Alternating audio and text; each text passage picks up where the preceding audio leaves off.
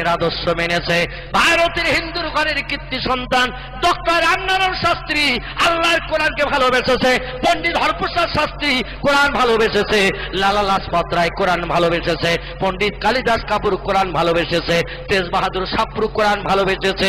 জোড়াসাঁকো ঠাকুর বাড়ির কীর্তি সন্তান বিশ্বকবি রবীন্দ্রনাথ ঠাকুর আল্লাহ নবীর সুন্নতকে সারা জীবন পালন করে চলে গেছে, আর আমরা মুসলমান সেই নবীকে চিনতে পারিনি। এ দুঃখ কি আর রাখার জায়গা আছে নাকি ভাই? ভারতের কীর্তি সন্তান স্বামী বিবেকানন্দ আমেরিকার শিকাগো শহরে ইংরেজিতে 3 ঘন্টা বক্তৃতা দিয়েছিলেন। তার বক্তৃতার 3 ভাগের 2 ভাগ ছিল আমার নবীর জীবন আদর্শের উপরে। জোরে বলুন সুবহানাল্লাহ। যিনি বিশ্ব রেকর্ড করলেন, ভারতের কীর্তি সন্তান মর্যাদা পেলেন, স্বামী বিবেকানন্দ যিনি ইংরেজিতে বক্তৃতা করেছিলেন। ও দেশের মানুষেরা জানতো ভারতের মানুষ ইংরেজি জানে না। 3 ঘন্টার মতো